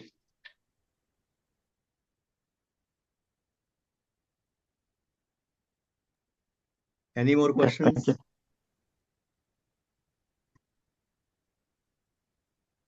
I have one question. The EWS verdict, which completely excludes scheduled caste and scheduled tribe and OBCs, makes it only for the general. On the premise, it sounds extremely discriminatory because the economically weaker scheduled caste and scheduled tribes and some OBCs are obviously the most economically weaker. While EWS was held up by 4:1, the exclusion was held by 3:2. I think Justice Lalit and the Karnataka Justice, they had kind of Ravindra Bhatt kind of agreed that exclusion is unconstitutional. No, Of it course, was it was held by 3:2. 3:2. It was held by 3:2. Agree. Is there a possibility of taking that as an action item and acting on it? Because if that exclusion is kind of decided as a null and void, that's another 10%, or we have access to those No. 10% seats. So Yeah. not really, because what they did was, and this is the problem of reservations to an extent for upper caste. Now, this was something which was said in Mandal Commission report, that de facto, or rather by fact, when you have 50% unreserved seat, that doesn't mean that those 50% seats are only for upper caste. I'll give you one example. Before that, I'll discuss the EWS judgment. EWS exactly said what you have said. They said, the two judges said, Justice Ravindra Bhatt wrote the best dissenting opinion. I mean, it is called ADM Jabalpur of Social Justice, for exactly this precise reason, that you can't exclude 82%, especially the most vulnerable and the poorest of all, under EWS. If your whole criteria is economic, then they also deserve. I mean, that was done away with. And that is exactly why I do not have a lot of hope from the parliament, because it is the same parliament, the same MPs and MLAs led by an OBC prime minister who excluded OBC, SCs, and STs. Now, I think you are mistaken, because the parliament keeps on changing the composition. If the parliament sir, had they at that passed time a constitutional 300 amendment seats, act, sir. they passed actually because they had actually majority, brutal majority, and that's why they could do so. But now it is not the same case. So it Sir, is not necessary that parliament remain the same. my argument is, have a look at the voting all across parties, everyone, barring All India Oasis Party, almost everyone voted in favor of the constitutional amendment, because it was this feeling that we do not want to alienate the upper caste just before the election. It was a brilliant I tactical. think that means you have to discuss with the other political party leaders also what they said. They said that even if we had opposed, and because they had brutal majority, they would have passed it, and that's why we did not want to actually vote against. Had there been any hope, we would have voted against this.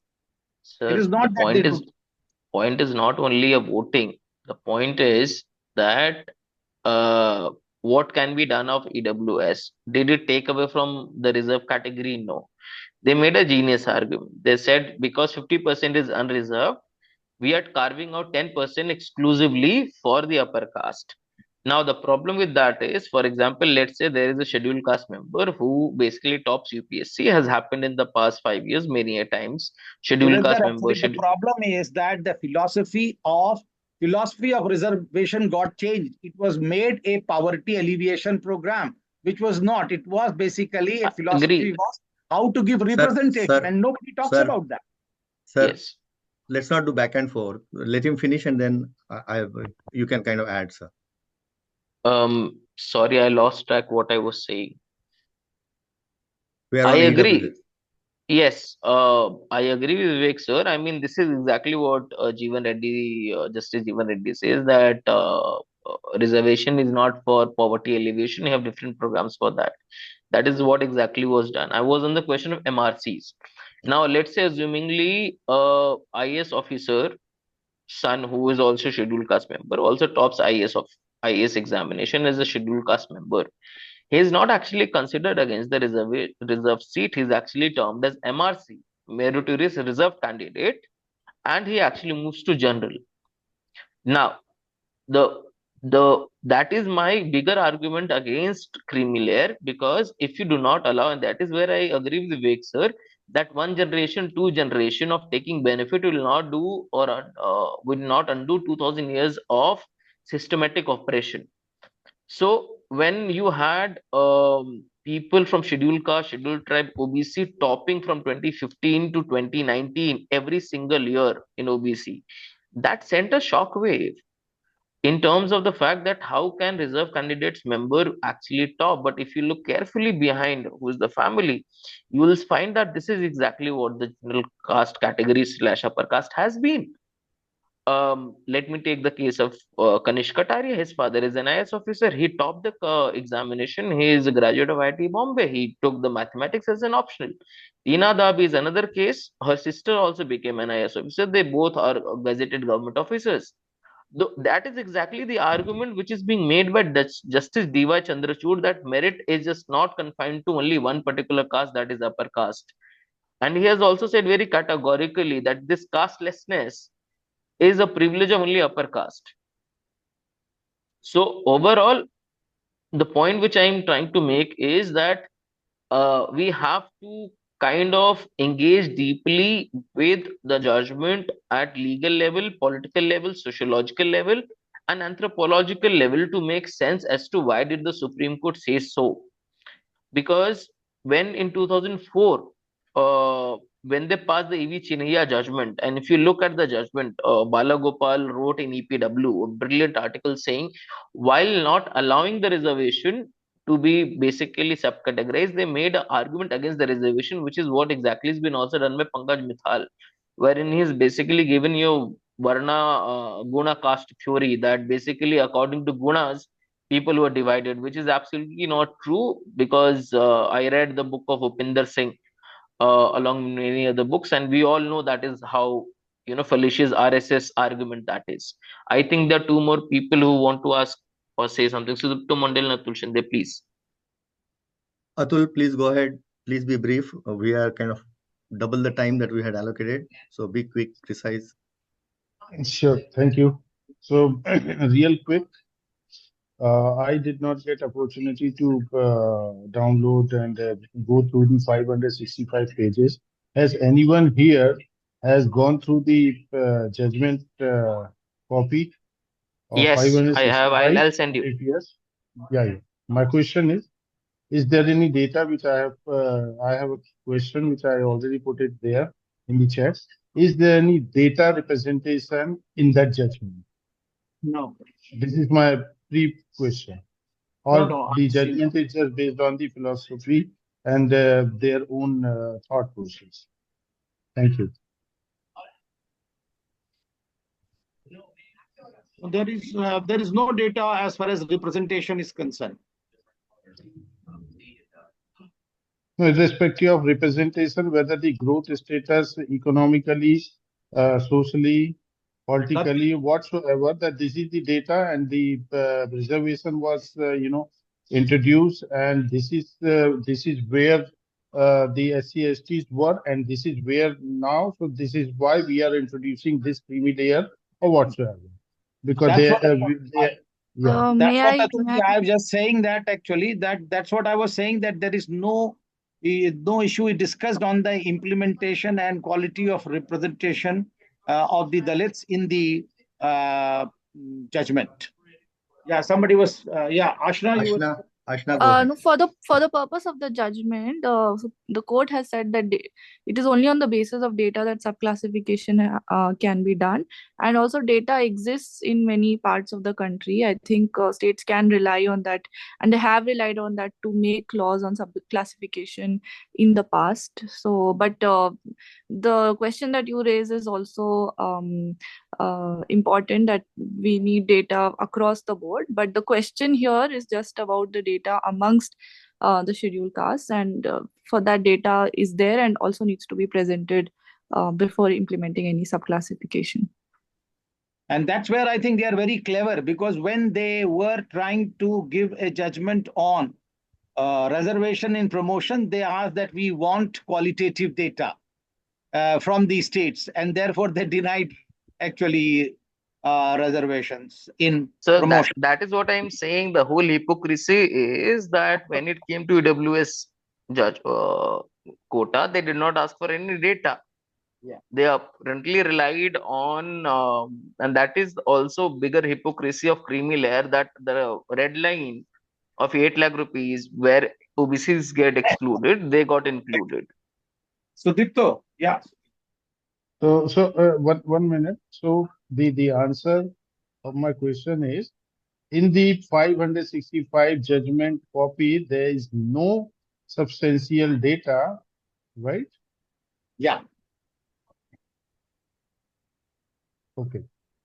There is a section in the judgment which talks about historical and empirical evidence that is used to justify why subclassification is necessary. There is no data for why and how much of the representation is there. So that is the scope of the judgment. The judgment says when you go to implement this kind of subclassification, you come up with the data. So the onus is upon the state to come up with that empirical data as to why you think a certain caste is most deprived among scheduled caste and scheduled tribes. So it is not within the scope of this judgment, Atul. That Okay, itself thank is you. objectionable, but that's a different discussion altogether. Okay. Okay. Sudipto. Okay, thank you. My question is, why was there's a difference between the SC and ST category and the other backward castes category. The basic difference is that seats are reserved in elections as well. Why is that not part of the discussion in the Supreme Court? And I do not believe that even in the movements this is a matter which has been raised much. So what happens to the seats which are reserved, and why is that not part of the conversation? Okay, so Sudipto, this is a very good point which should be actually a cause of concern. There is an ongoing case. A person has filed a case against this 10 years extension given to scheduled caste and scheduled tribe members. As you know, originally it was 10 years. Then it has been extended every 10 years. The last time the extension happened was in 2020, and it is going to expire in 2030. They also took away the reservation for Anglo-Indian members by that amendment.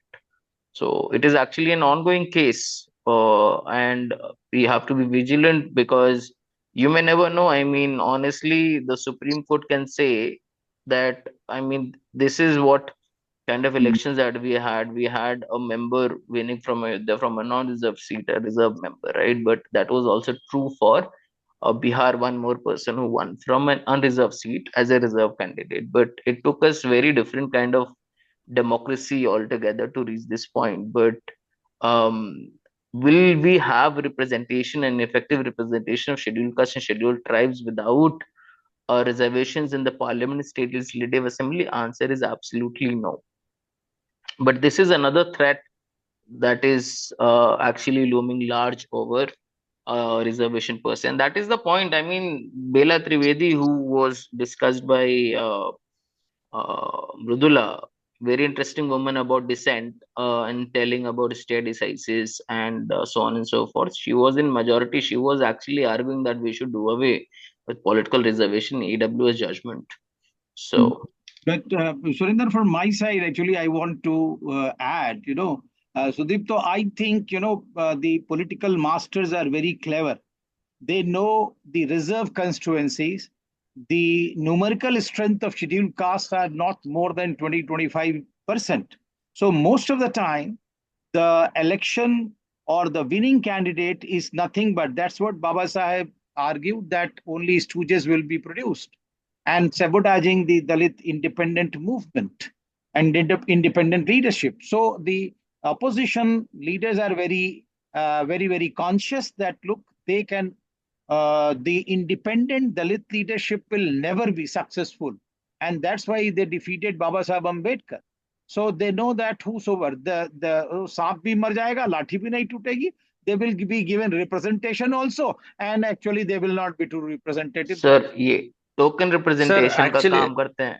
Yes, sir, that's actually, what our experience. See, Professor, so I have reported in South India and in many elections, and whatever based on my experience, I've seen that the smaller communities never actually get tickets from parties, and also in the case of the Mala Madiga divide or the Holaya Madiga divide or the Arundhati Parayar divide, whenever the elections and the ticket distribution question comes, this becomes a huge matter of controversy. Each election, no matter whether it's a municipal election or an assembly or a parliamentary election. So therefore, if you would add. Sudipto, you are very much aware that actually elections is name of numerical strength. And that is why I think Manavar Kashiram, when he came, he started saying that they will be those who are numerically less powerful, they will be given indirect elections, and they were being sent through MLCs. And they were made, actually, if you remember, Ram Vilas Valmiki was the first, Hira Dobe, who was actually the first one to be MLCs, and they were ministers. So I think elections, if you think that they are going to give tickets, I don't think that any political party will be naive enough that if they don't have numbers, we will be giving them the tickets. Sir, elections But also sir, do SCs not are minorities only. in every community, no? Every constituencies, SCs are minorities by that extent. But now the Savarna society has been forced to give a ticket to an SC. Similarly, you'll be forced to give a No, ticket to I a think to a. if you see that numerical strength, go by different states. And I come from Uttar Pradesh, so I know that Chamars are actually 2 crores, and they have a cascading impact not only on their own seat where they are contesting, but the other seats where the other upper caste are contesting. So 2 crores is not a mean actually number. But if you take Dhobis, their Dhobis only actually 50 lakhs. Vivek sir, I think this election has shown the limits to Mandal Bahujan politics, and also exposed that if you make a good coalition, you actually can bring down. But what is lost on most of the people looking at the bare numbers is that people, and especially leaders from Bahujan community, be it SC, ST or OBC, unless you have a very good large backing of money or party politics, you can't run, because campaign finance, uh, there is a limit on how much a candidate can spend, but there is no limit on the party. And that is where electoral bonds played a huge role. 10,000 crores, you divide by 500 constituencies. Okay, I think we are at 2 hours mark. We have had a fantastic discussion. Anybody wants to add anything? This is the last call. Just one small question, Anil Bhai. Can I? Yeah, of course. Okay, very quick one.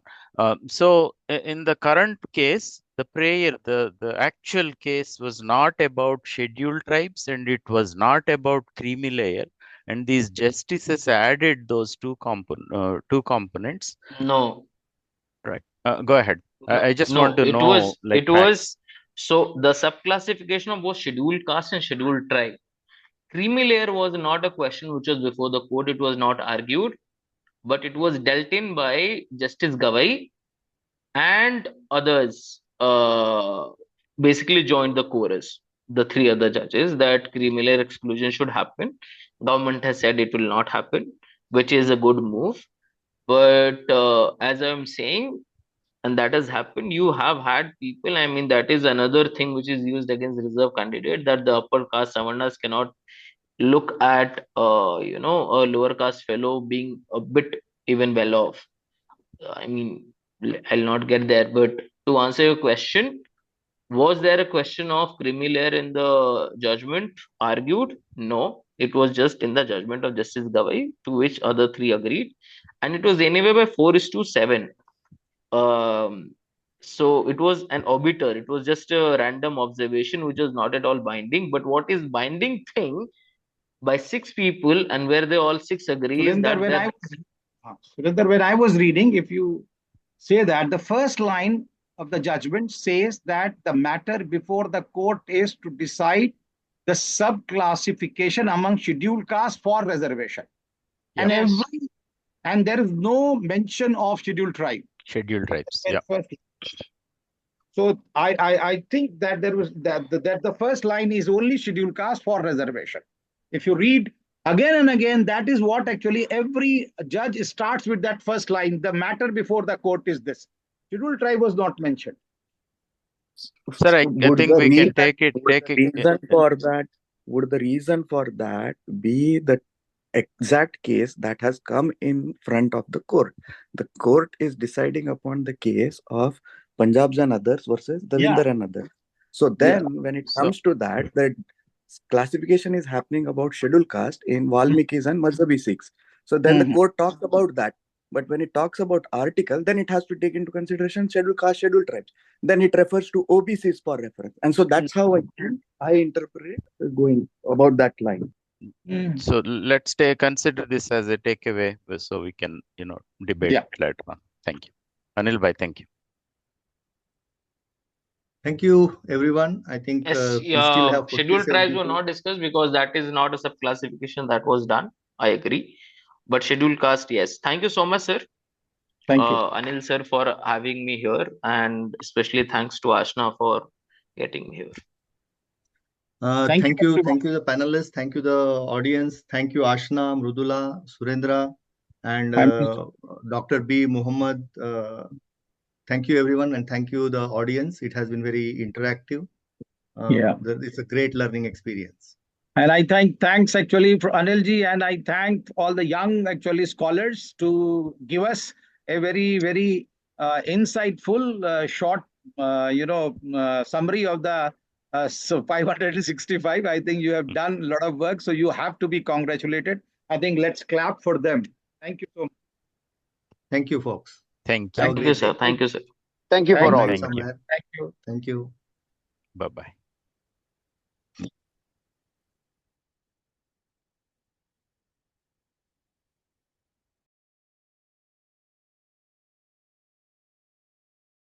All of us forget to say JB also. Thank you.